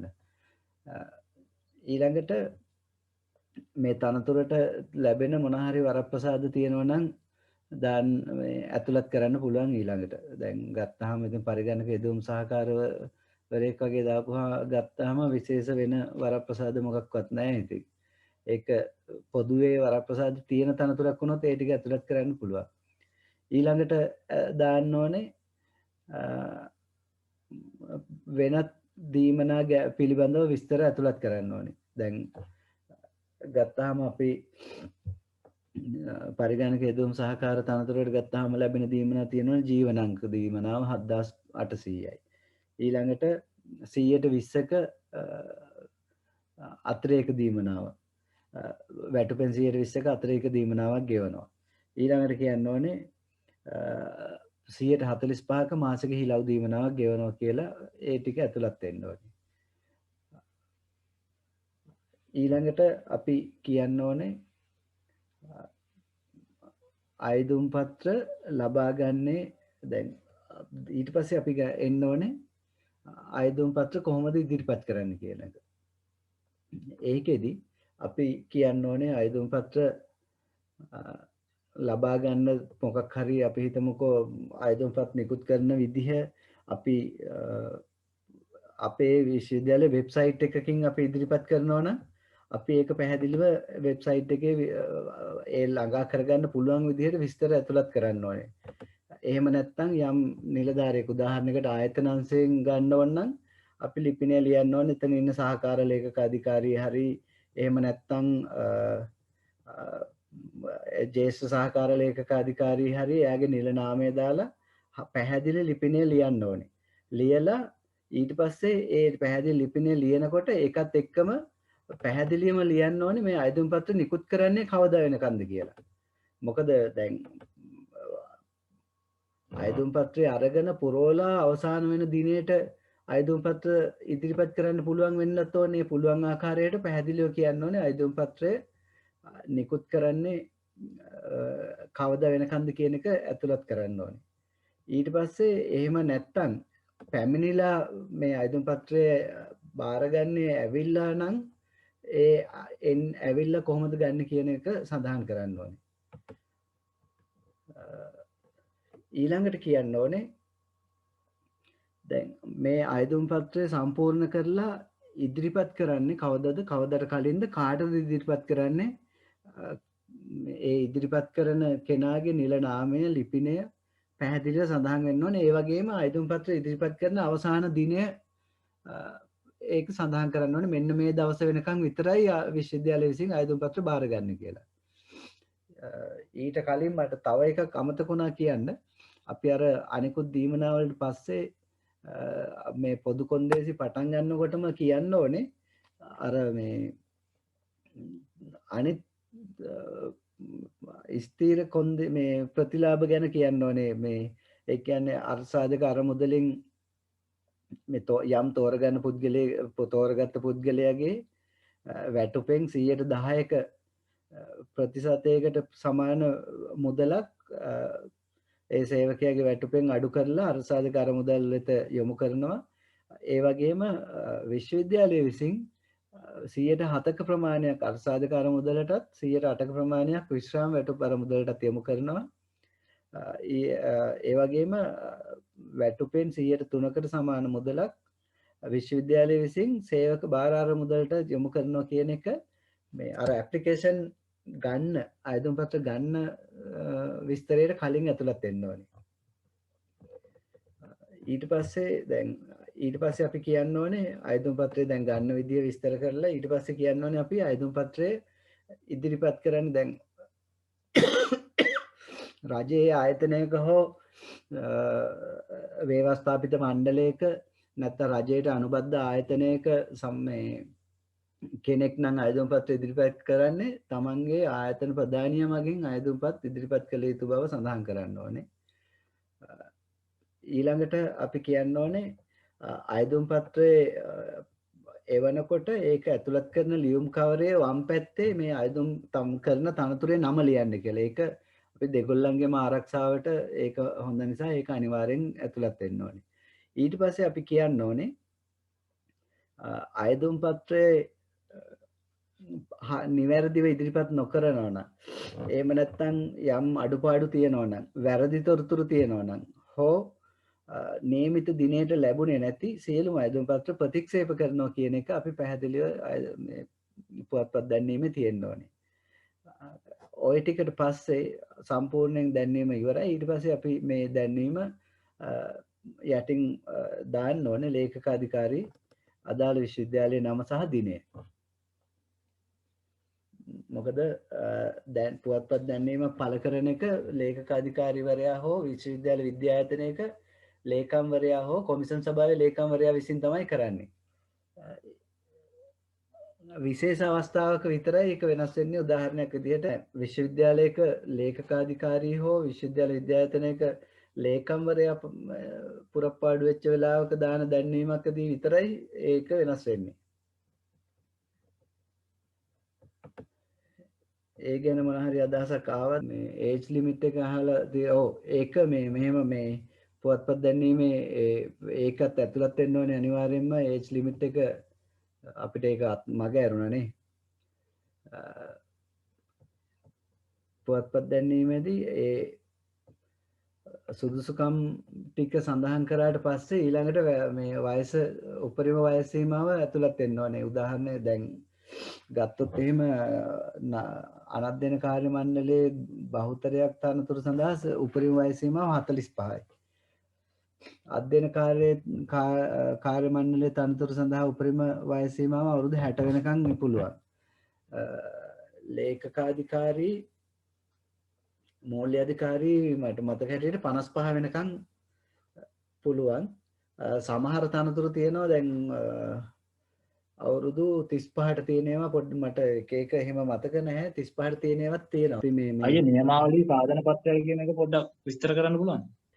නියමාවලිය කියන්නේ කොමිෂන් සභාව විසින් හරි විශ්වවිද්‍යාල සේවා අභියාචන මණ්ඩලය විසින් හරි යම් කාරණයක් මේ පනතින් පවරලා දෙන කාරණයක් සම්බන්ධයෙන් සකස් කරලා ගැසට් පත්‍රයක පළ කරන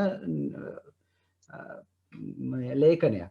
මේ උචිත සාධන පත්‍රයක් කියන්නේ මේ විශ්වවිද්‍යාල පනතට අනුව යම් ඒ විශ්වවිද්‍යාල පනතේ තියෙන නියමයක් අනුව හදන යම් නියමාවලියක් ලිඛිත ව්‍යවස්ථාවක් අතුරු ව්‍යවස්ථාවක් නියෝගයක් හෝ රීතියක් තමයි උචිත සාධන පත්‍රයක් කියලා අදහස් කරන්නේ. එතකොට අනිත් එක ඔය ඇහුවේ නියමාවලියක් නේද? නියමාවලියක් කියන්නේ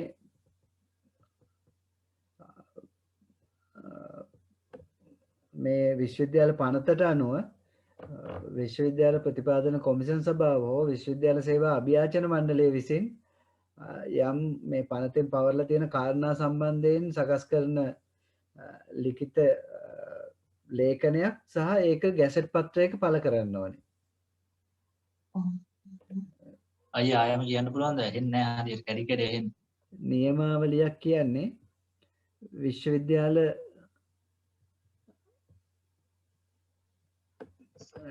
නියමාවලියක් කියන්නේ විශ්වවිද්‍යාල පනත යටතේ කොමිසන් සභාව හෝ විශ්වවිද්‍යාල සේවා අභියාචන මණ්ඩලය විසින් සාදන ලද ලේඛනයක්. ඒ කියන්නේ ගැසට් පත්‍රයක පළ කරන ලේඛනයක් තමයි නියමාවලියක් කියන්නේ. හරිද? ඒක ඇහුණාද? ඔව් ගැසට් පත්‍රය පළ කරන්න ඕනේ. ඔව් ගැසට් පත්‍රයක පළ කරපුවාම තමයි ඒක මේ නිල වශයෙන් ක්‍රියාත්මක වෙන්නේ. ඊළඟ එක ඔයා ඇහුවේ උචිත සාධන පත්‍රය. උචිත සාධන පත්‍රයක් කියන්නේ විශ්වවිද්‍යාල පනත අනුව හදනු ලබන නියමයක්, එහෙම නැත්නම් නියමාවලියක්, ලිඛිත ව්‍යවස්ථාවක්, අතුරු ව්‍යවස්ථාවක්, නියෝගයක් හෝ රීතියක් තමයි උචිත සාධන පත්‍රය කියලා කියන්නේ. ඒකේ අහලා තිබුණා ලිපිකරුවෙකු විශ්‍රාම යාම නිසා ඇති වූ තනතුරු පුරප්පාඩුව පරිගණක යෙදවුම් සහකාර තනතුරකට පරිවර්තනය කර ගැනීමට විශ්වවිද්‍යාලයකට අවශ්‍යව ඇත. මෙම තනතුරු පරිවර්තනය සඳහා අනුගමනය කළ යුතු ක්‍රමවේදය කෙටියෙන් පැහැදිලි කරන්න.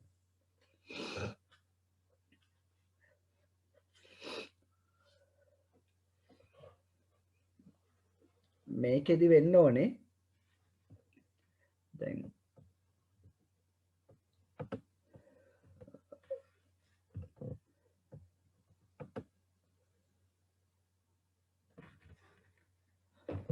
මේකෙදී දැන් පුරප්පාඩු වෙච්ච ලිපිකරු තනතුරක් වෙනුවට විශ්‍රාමගේ ලිපිකරු තනතුරක් වෙනුවට පරිගණක යෙදවුම් සහකාර තනතුරක් ඇති කරගැනීමේ අවශ්‍යතාවයට අපි අනුගමනය කරන්න ඕනේ. අපි හිතමුකෝ මේකෙදී උදාහරණයකට මේ පුරප්පාඩු ඇති වෙන්නේ අධ්‍යයන අංශයක කියලා. අධ්‍යයන අංශයක හෝ මොන හරි අංශයක කියමුකෝ. එතකොට මේක ඇති මෙහෙම දැන් ලිපිකරු තනතුර තමයි අපිට තියෙන්නේ. නමුත් අපිට ඇති කරගන්න ඕනේ පරිගණක යෙදවුම් සහකාර තනතුරක්. මේ ඔයාලට මම කියන එක ක්ලියර්ද ඇහෙනවද? ඇහෙනවනේ. එතකොට ඉස්සෙල්ලාම ඒ අදාළ අංශයේ අංශ ප්‍රධාන විසින් ලිඛිතව ලේකකාධිකාරීවරයාට දැනුම් දීමක් කරන්න ඕනේ. මේ වෙනස් කිරීම සම්බන්ධයෙන් ඒක දැනුම් දෙනකොට දැන් මේකට ඇත්තටම පැහැදිලි ක්‍රියාපටිපාටියක් ආයතන සංග්‍රහයේවත් පනතේවත් කියලා නැහැ. හැබැයි අනුගමනය කරන සහ ඒ තියෙන ප්‍රතිපාදන අනුව ගත්තාම අපි මේ ඒ අංශ ප්‍රධානවරයා විසින් ලේකකාධිකාරීවරයාගෙන් ඉල්ලීමක් කරන්න ඕනේ. එයා යොමු කරන්න ඕනේ මේ ලිපිකරු තනතුරු පුරපාඩු වුණා මේ එතකොට මේ පරිවර්තනය කරගන්න ඕනේ මේ තනතුර පරිගණක යෙදවුම් සහකාර තනතුරකට.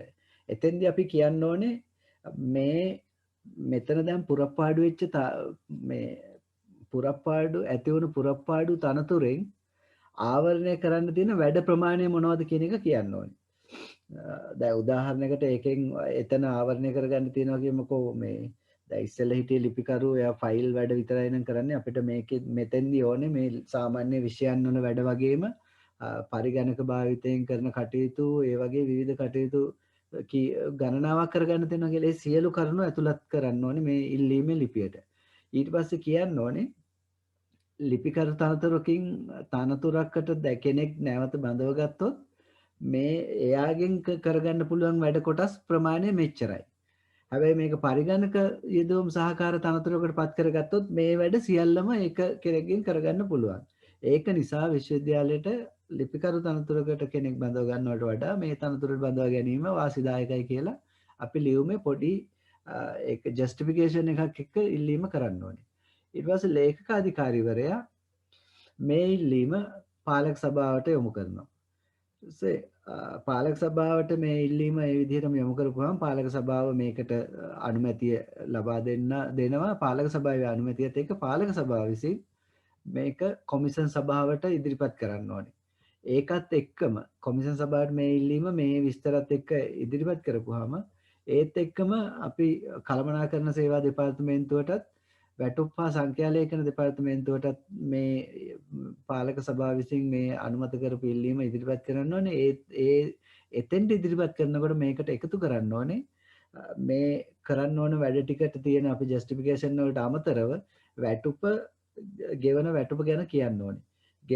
ලිපිකරු තනතුරකට ගත්තත් ගෙවන වැටුපයි පරිගණක යෙදුම් සහකාර ගත්තත් ගෙවන වැටුපයි ඒ දෙන්නගේ අතර වැටුපේ වෙනසක් නැත්තම් සමානම වැටුපක් තියෙන. ඒක නිසා දැනට වෙන් කරලා තියෙන දැනටමත් කෙනෙක් හිටපු නිසා සහ ඊට මුදල් ප්‍රමාණවත් තියෙන නිසා මේ බඳවා ගැනීම කරන්න මේ සඳහා අනුමැතිය දෙන්න කියන ඉල්ලීම අපිට ඒකේ අමතරව ඇතුළත් කරන්න ඕනේ. මොකද අමතර වැටුපක් ගෙවන්නේ නැහැ කියන කාරණේ පැහැදිලි කරලා ලියන්න ඕනේ. එතකොට ඔන්න ඔය ටික තමයි ඔය ක්‍රියාවලිය තමයි සිද්ධ වෙන්නේ.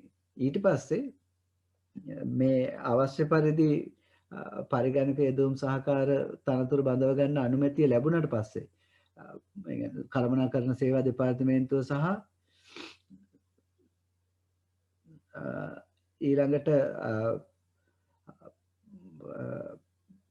පරිගණක යෙදුම් සහකාර තනතුරට අනුමැතිය ලැබුණාට පස්සේ අපේ විශ්වවිද්‍යාලයේ තියෙන කාර්ය මණ්ඩල ඒ කියන්නේ කාඩර් එකේ ඒ වෙනස් කර ගැනීම සුදුසු පරිදි වෙනස් කරලා මේක මේ ඒ ක්‍රියාවලිය සම්පූර්ණ කරගන්න පුළුවන්.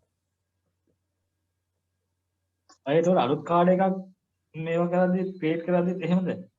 ඔව් අලුත් කාඩ් එකක් ක්‍රියේට් කරද්දි අපිට එතකොට තියෙන තනතුරයි මේ දැනට ඕන තනතුරයි අතර වෙනස්කම් වාසි අවාසි ලියන්න ඕනේ නැහැ. එතකොට කෙලින්ම අලුතෙන් තනතුර ක්‍රියේට් කරනකොට අපිට ඉල්ලීම් කරන්න ඕනේ ඒ තනතුරක් අවශ්‍යතාවය පෙන්වන්න ඕනේ. එතකොට තනතුර ගන්නකොට දැනට ඉන්න ප්‍රමාණයට අමතරව තව කෙනෙක් ඉල්ලන්න වැඩි වුණ වැඩ ප්‍රමාණය.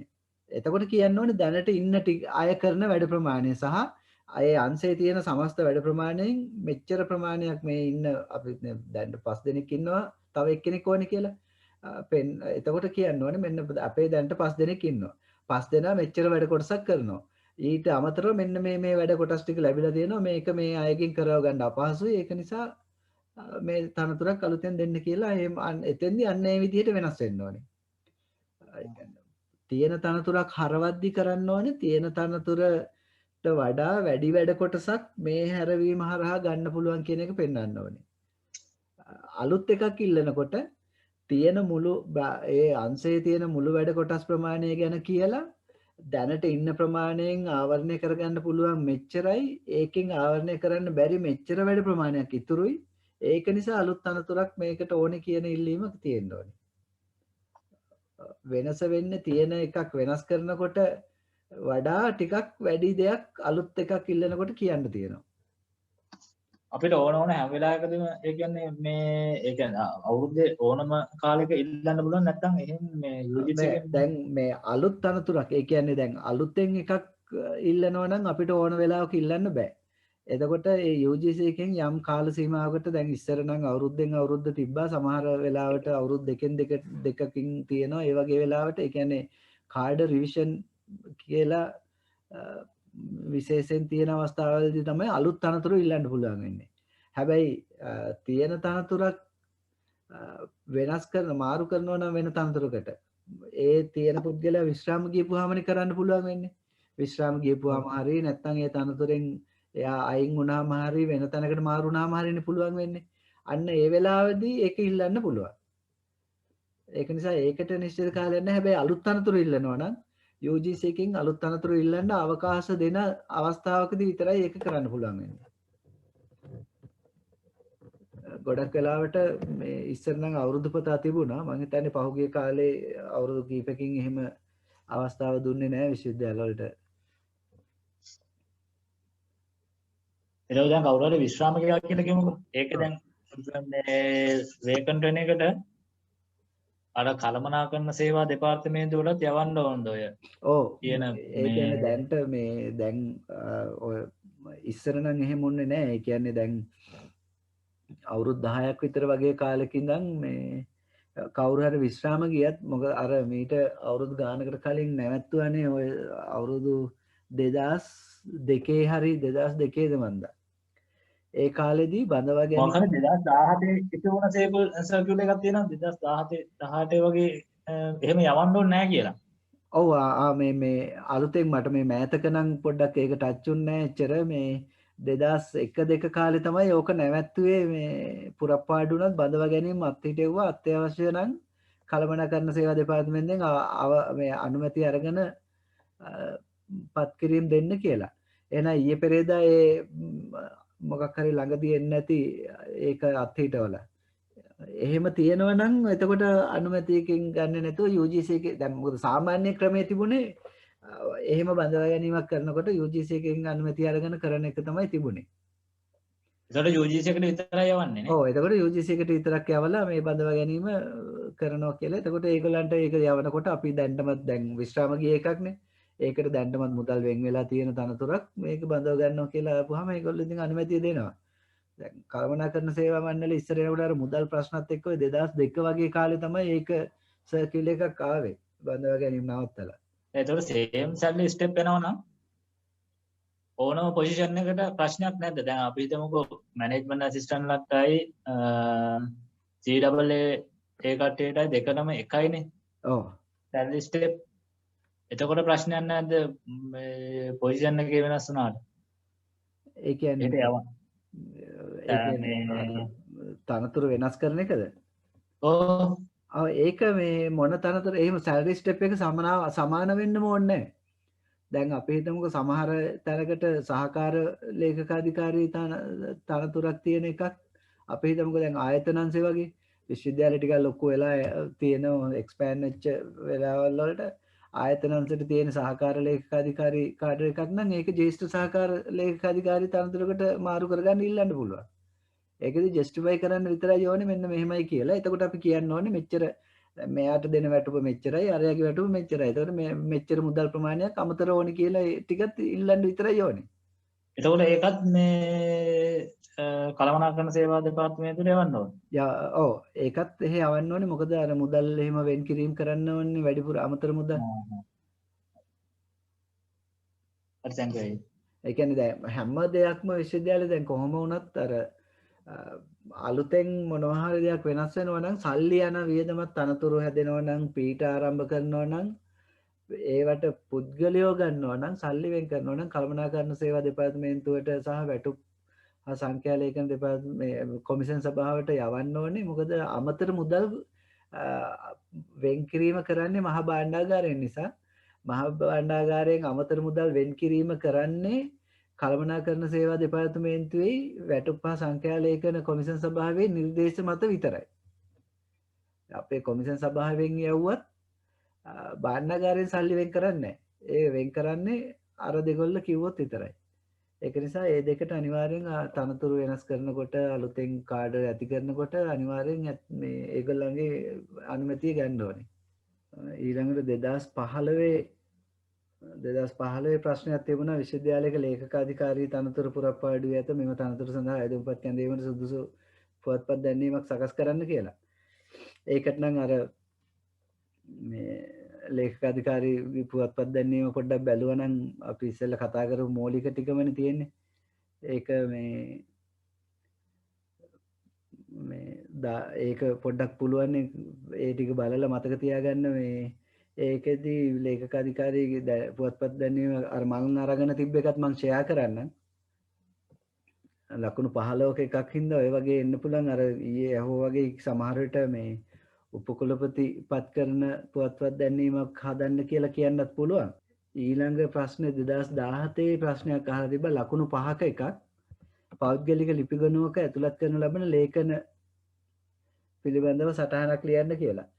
ඒක ලකුණු 5ක එකක් ලකුණු 5ක් තමයි ඒකට දීලා තියුනේ. ඒ කියන්නේ ලකුණු 5ක් වගේ කියන්නේ මේ අවම වශයෙන් ඔය ඇතුළත් කරන්න ඕන ලේඛන 10ක් විතර ලිව්වනම් ලකුණු 5 ගන්න පුළුවන්. මුළු ඔක්කොම ලිව්වේ නැතුණාට ප්‍රශ්නයක් නැහැ. මොකද 25 30ක් විතර තියෙන ලේඛන කරලා අපි මේ ආපහු ඒ තිබ්බ ටික බැලුවොත්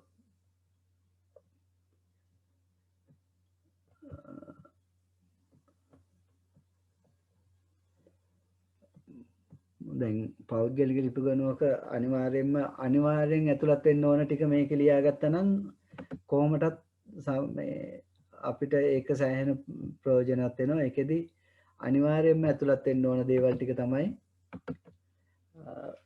අපි දැන් යම් තනතුරකට යම් තනතුරක් සඳහා පළ කරපු පුවත්පත් දැන්වීම. පෞද්ගලික ලිපිගොනුවක ඉස්සෙල්ලාම ඇතුළත් වෙන්න ඕනේ අනිවාර්යයෙන්ම මේ පළවෙනියෙන්ම දැන්වීමේ පිටපත. ඊළඟට ඇතුළත් වෙන්න ඕනේ දැන් අපි සම්මුඛ පරීක්ෂණයක් හැඳෙව්වට පස්සේ තෝරගත්ත කෙනා ඉන්න ඕනේ. දැන් ඔය තෝරගත්ත කෙනාගේ පෞද්ගලික ලිපිගොනුවනේ අපි හදන්නේ. ඒ තෝරගත්ත කෙනාගේ පෞද්ගලික ලිපිගොනුව තෝරගත්ත කෙනාගේ අයදුම් පත්‍රය සහ එයා ඒ අයදුම් පත්‍රයත් එක්ක මොනවා හරි උපු ඇමුණුම් තියෙනවා නම් ඒ ඇමුණුම් ටික ඇතුළත් වෙන්න ඕනේ. ඊට පස්සේ එයාට දීපු පත්වීමේ ලියුම පිටපත තියෙන්න ඕනේ. ඒ වගේම පත්වීමේ ලියුමත් එක්ක අපි දෙවෙනි පිටපත කියලා යවන ඕනේ ගිවිසුමක් විදිහට අත්සන් කරලා ඉදිරිපත් කරන්න කියලා. අන්න ඒ ගිවිසුම අන්න ඒ කොන්දේසි වලට එකඟ වෙච්ච පත්වීම ලියුමේ දෙවන පිටපත අනිවාර්යයෙන්ම ලිපිගොනුවේ තියෙන්න ඕනේ. ඊට පස්සේ ඊට කලින් වෙනත් ආයතනයක සේවය කරලා තියෙනවා නම් මේ තනතුරට ආයුධම් කරනකොට ඒ සේවය කළ බවට කරුණු ඉදිරිපත් කරලා තියෙනවා නම් අන්න ඒ සේවය පිළිබඳව තියෙන සේවා සහතිකය ඇතුළත් වෙන්න ඕනේ. ඊට පස්සේ උප්පන්න සහතිකයේ සහතික කරන ලද පිටපතක් තියෙන්න ඕනේ.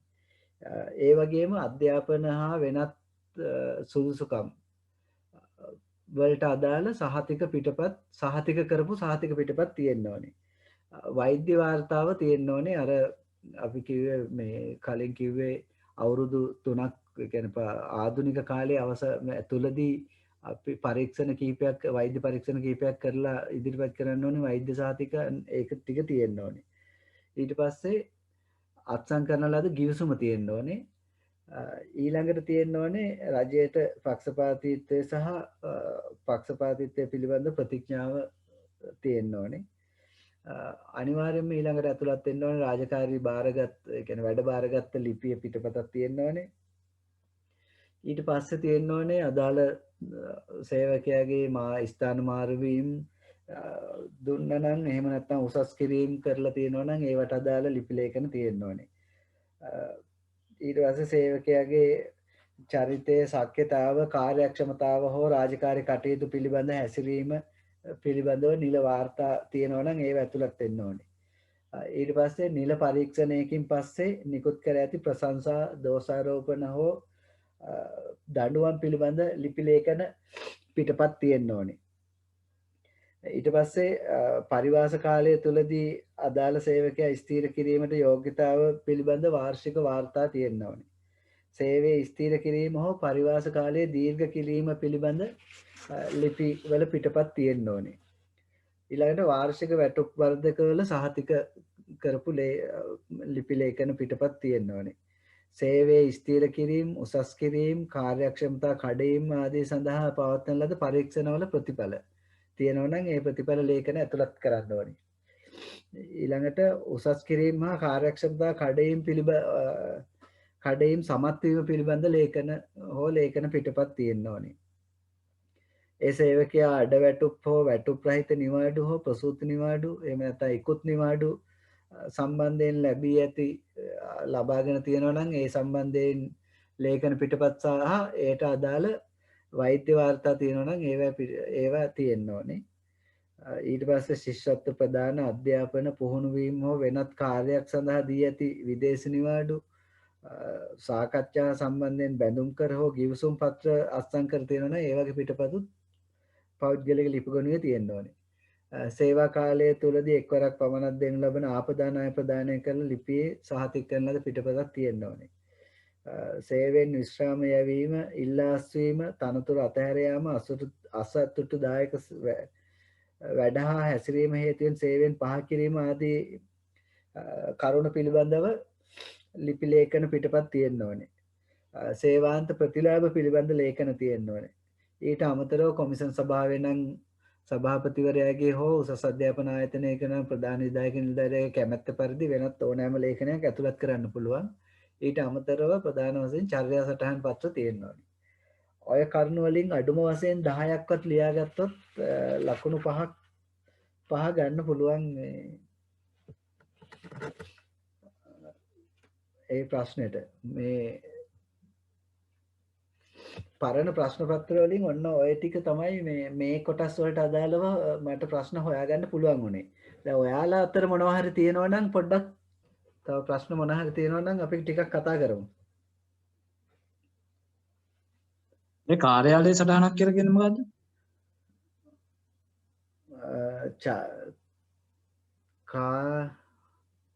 කාර්යාලය සටහනක්ද කාර්ය සටහනක්?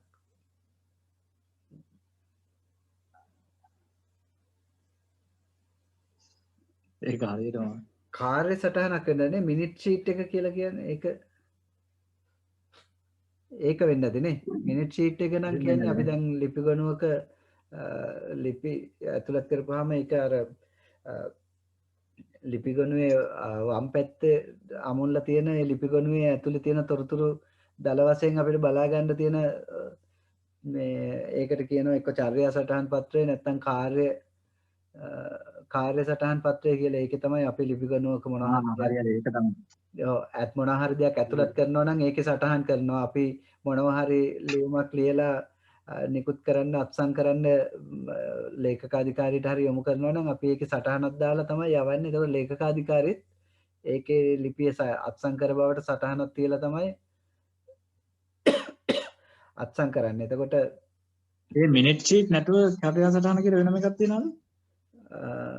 ඒ මිනිට් ෂීට් එකම තමයි. මිනිට් ෂීට් එකද? ඔව් දැන් ඒකේ තමයි ඒ කියන්නේ චර්යා සටහන් කියන්නේ අර ලිපි ගණනේ තියෙන ඔක්කොම වෙනස් වීම පිළිබඳ තියෙන සටහන්. ඔව් ඒක පර්සනල් ෆයිල් එකේ සාරාංශයක් ඔව් සාරාංශයක්. ඒ කියන්නේ මේ ඒක ඒ ටික කියවුවාම මේ පර්සනල් ෆයිල් එකේ මේ වෙනකම් මොනවද වෙලා තියෙන්නේ මොනවද තියෙන්නේ කියන එක අදහසක් ගන්න පුළුවන්. දැන් සාමාන්‍යයෙන් අපිට අපේ පර්සනල් ෆයිල් එකක් බලන්න ඉල්ලන්න පුළුවන් අවුරුදු 5කට සැරයක්. එතකොට අපිට බලන්න දෙන්නේ ඔය සටහන තමයි. ඒ චර්යා සටහන කාර්ය සටහන තමයි අපිට බලන්න දෙන්නේ. Thank you. Good night.